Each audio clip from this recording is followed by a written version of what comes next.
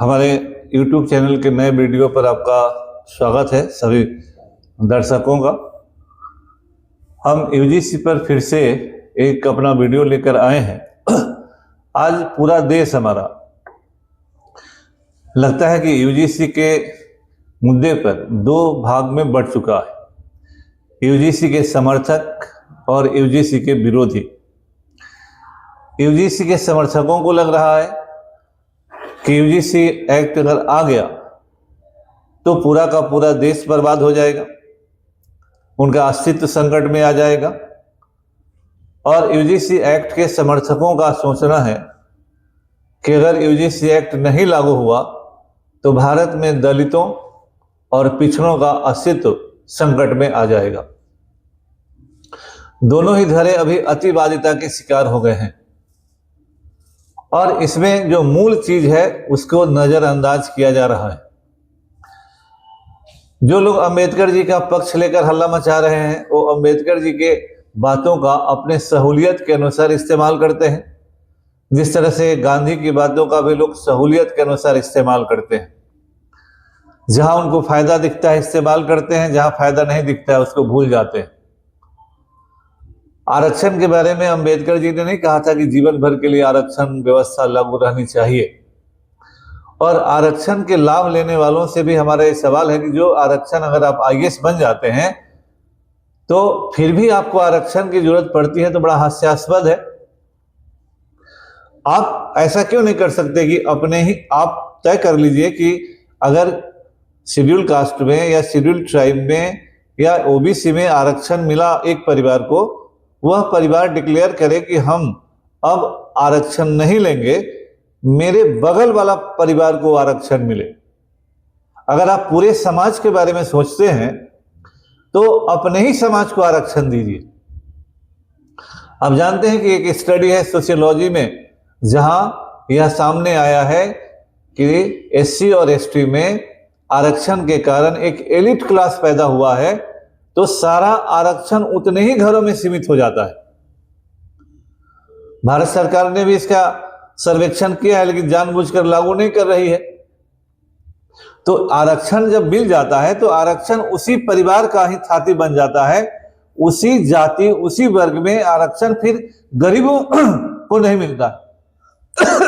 अन्यथा न लीजिएगा।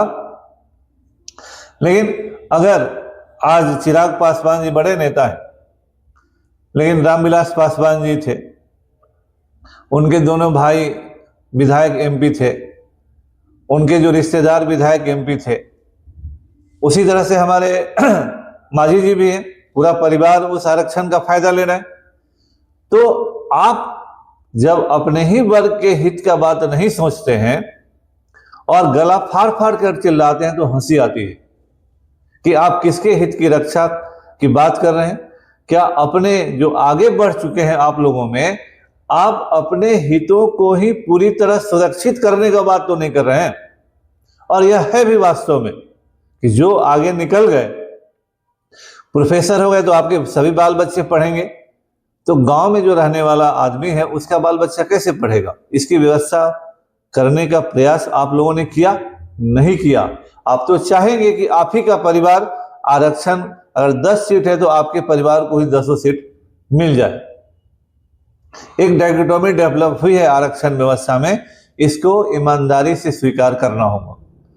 दूसरा बात दूसरे पक्ष का है, दलितों के साथ हिस्टोरिकली जो कुछ हुआ है उसके बारे में मैंने अपने फेसबुक पर भी लिखा है। भारत में ऐसा नहीं कि ब्राह्मणों का राज लगातार रहा है।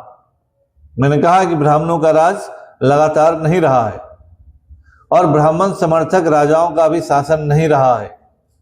600 ईस्वी पूर्व के बाद नॉन ब्राह्मणिकल धर्म और नॉन ब्राह्मणिकल राजा डोमिनेंट हुए हैं। मौर्य वंश तक, नंद वंश पहला शूद्र वंश है, उन्होंने जैनों को समर्थन दिया। मौर्यों ने बौद्ध धर्म को समर्थन दिया, जैन धर्म को समर्थन दिया, आजीवक को समर्थन दिया। पुष्यमित्र शुंग होने के बावजूद भागवत और वैष्णव धर्म और महायान धर्म लोकप्रिय हुआ। 200 ईस्वी पूर्व के बाद और 300 ईस्वी सन के बीच में भारत पर इंडो ग्रीक शक कुषाणों का आक्रमण हुआ। उस समय ब्राह्मणों का राज नहीं था। इसी पीरियड को ब्राह्मणों ने कलयुग कहा है, क्योंकि उनके नियम कानून का पूरा उल्लंघन हो रहा था। शुंग काल में ही मनुस्मृति की रचना हुई, तो उस जमाने में कोई प्रिंटिंग प्रेस नहीं था कि मनुस्मृति का लाखों प्रिंट छापा गया और पूरे देश में बांट दिया गया। आप भी जानते हैं, सभी जानते हैं कि पूरे भारत में भी सेम तरह का ब्राह्मणिज्म नहीं रहा है। तो जब सेम तरह का ब्राह्मणिज्म नहीं रहा, सेम तरह का नियम कानून नहीं रहा, तो एक ही नियम कानून पूरे देश में कैसे लागू हो गया? तो कुछ लोगों के कुछ इलाके के आधार पर आप पूरे सिस्टम को ही बदनाम करेंगे, ये कैसे चलेगा? और गुप्त काल में बहुत सारी स्मृतियां लिखी गई, नर स्मृति, कात्यायन स्मृति, बृहस्पति स्मृति, बहुत सारी स्मृतियां लिखी गई। और आज हमारे समाज में जो ब्राह्मण धर्म प्रचलित है वह गुप्त कालीन ब्राह्मण धर्म है, यह वैदिक कालीन नहीं है। गुप्त काल में अवतारवाद आया, सारे छोटे मोटे संप्रदायों का एकीकरण हो गया, वही अवतारवाद है। और उसमें जिस ब्राह्मण धर्म की रचना होती है, शुरुआत होती है, भागवत धर्म क्या है? कृष्ण ने क्या कहा? प्रेम और समर्पण। कृष्ण ने और कुछ नहीं कहा है, यज्ञ और बलि की बात नहीं की, कृष्ण ने रिचुअल्स की बात नहीं की। भागवत में विष्णु क्या कहते हैं? प्रेम, भक्ति और समर्पण। वहां यज्ञ करने की बात नहीं करते, रिचुअल्स की बात नहीं करते। तो कुछ लोग अगर उस तरह की बात करते हैं और उसके आधार पर पूरे देश, पूरे समाज को आप एक लाठी से हाकेंगे, वो भी नहीं चलेगा।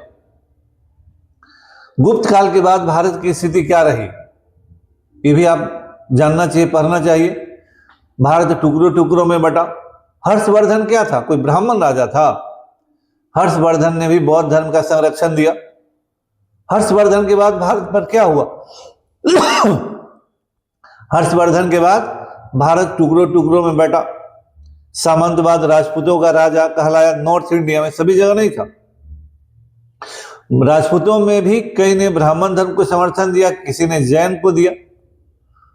गुजरात, राजस्थान वगैरह में जैन धर्म को भी समर्थन मिला। फिर 712 से भारत पर मुस्लिम आक्रमण शुरू हुआ। महमूद गजनबी ने 1000 से 1027 तक भारत पर आक्रमण किया। मोहम्मद गोरी ने 1175 से 1206 तक आक्रमण किया। 1206 से 1526 भारत पर दिल्ली सल्तनत मुस्लिमों का राज है। 1526 से 1707 ग्रेट मुगल्स रहे, मुगलों का राज है।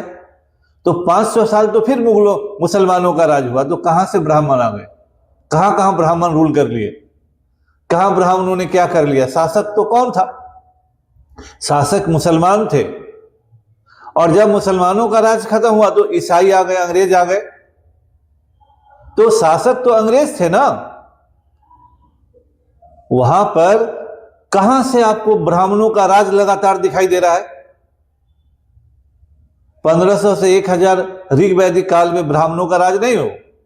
1000 से 600 में उनका राज है, लेकिन 600 बौद्ध धर्म, जैन धर्म आया, खत्म हुआ। तो आप इतिहास नहीं पढ़ते हैं, आप जानकारी नहीं। और एक लाठी से हजारों साल से आप पर कौन कर रहा है? तो हजारों साल कहां से ब्राह्मण का राज रहा? 500 साल भारत पर मुसलमानों का राज रहा, 200 साल अंग्रेजों का राज रहा।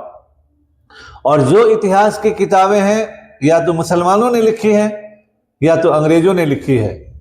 भारत में पहला जो ऐतिहासिक किताब माना गया राजतरंगिणी है, वो 11वीं सेंचुरी का किताब है, वो भी कश्मीर का है।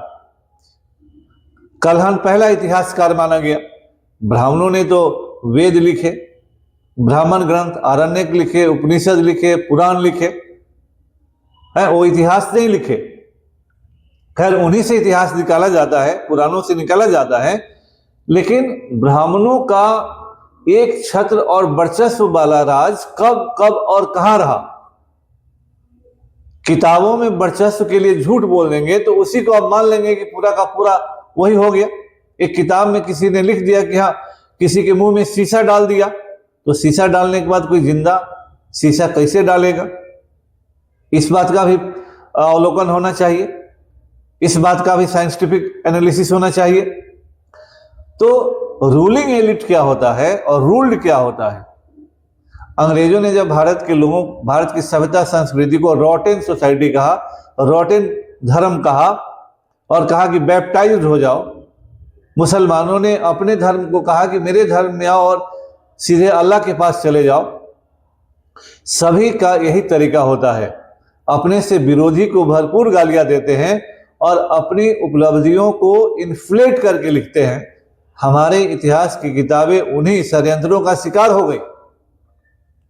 निश्चित रूप से जहां जो डोमिनेंट कास्ट होता है वो रूल करता है, तो जो रूल करने में सरने लगता है वो अत्याचार करता है। इस बात से भी कोई डिनायल नहीं है। और ऐतिहासिक तौर पर गरीबों के साथ, मजदूरों के साथ अत्याचार हुआ है। इसके लिए केवल एक जाति को गाली देना और उसका हम बदला लेंगे, यह भी उचित नहीं है। और अमुक आदमी भारत छोड़ो, ये भी गैर ऐतिहासिक है। इस संसार का कोई भी जमीन किसी भी लोग का पैदाइशी नहीं है। जो भी लोग इतिहास या विज्ञान पढ़ते हैं वो जानते हैं कि होमो सेपियन का ओरिजिन अफ्रीका में हुआ, वहां से यूरोप गए। एक जो उनका धारा है वो साउथ इंडिया होते ऑस्ट्रेलिया तक गया, दूसरी धारा फिर नॉर्थ इंडिया में आई। होमो सेपियन का भारत में उत्पत्ति का कोई प्रमाण अभी तक नहीं है। और माइग्रेशन वर्ल्ड वाइड रियलिटी है। तो न किसी के पिताजी का कोई है घर, न किसी का अंकल जी का है। जो जहां माइग्रेट करके रह गया उसी का हो गया। आज अमेरिका में, साउथ अमेरिका में 90% वहां का ओरिजिनल पॉपुलेशन गायब हो गया। ऑस्ट्रेलिया में 10% भी ओरिजिनल लोग नहीं है, सारे बाहर के लोग हैं। अमेरिका कंट्री ऑफ माइग्रेंट्स है, ये तो पता होना चाहिए आपको। और अमेरिका कंट्री ऑफ माइग्रेंट्स होकर कहां चला गया है? तो वस्तु स्थिति को दिग्भ्रमित मत करें। यूजीसी कानून में कुछ गलत बातें हैं, उनका रिड्रेसल होना है केवल। उसके रहने से न आप आसमान पर चले जाइएगा और उसके नहीं रहने से न कोई नदी में डूब जाएगा। लेकिन जब बाबा साहेब अंबेडकर के राइट टू इक्वलिटी के सिद्धांत के अनुसार देश को चलना है, डिस्क्रिमिनेशन केवल एक पक्षीय नहीं होता है, तो सबों के लिए वैसा ही होना चाहिए। केवल थोड़ा सा विवाद है, इस विवाद को लेकर आउट ऑफ प्रोपोर्शन मुंह चमकाने से लेकर नेतागिरी चमकाने तक कोई उसका फायदा नहीं है। बेवजह समाज में तनाव पैदा करते हैं। आपके कहने से न कोई चला जाएगा, न किसी के कहने से कोई रह जाएगा। जो है वो रहेगा, जिसका जो हक है वो लेकर रहेगा। अगर आपका हक है तो दूसरे का भी हक है। इसलिए आज के समय में कोई कुछ नहीं कर सकता किसी को। इसीलिए बेवजह चेहरा न चमकाइए। जो गलत है वो गलत है, जो इल्लीगल है वो इल्लीगल है, जो डिस्क्रिमिनेटरी है वो डिस्क्रिमिनेटरी है। बस उतनी सुधार चाहिए।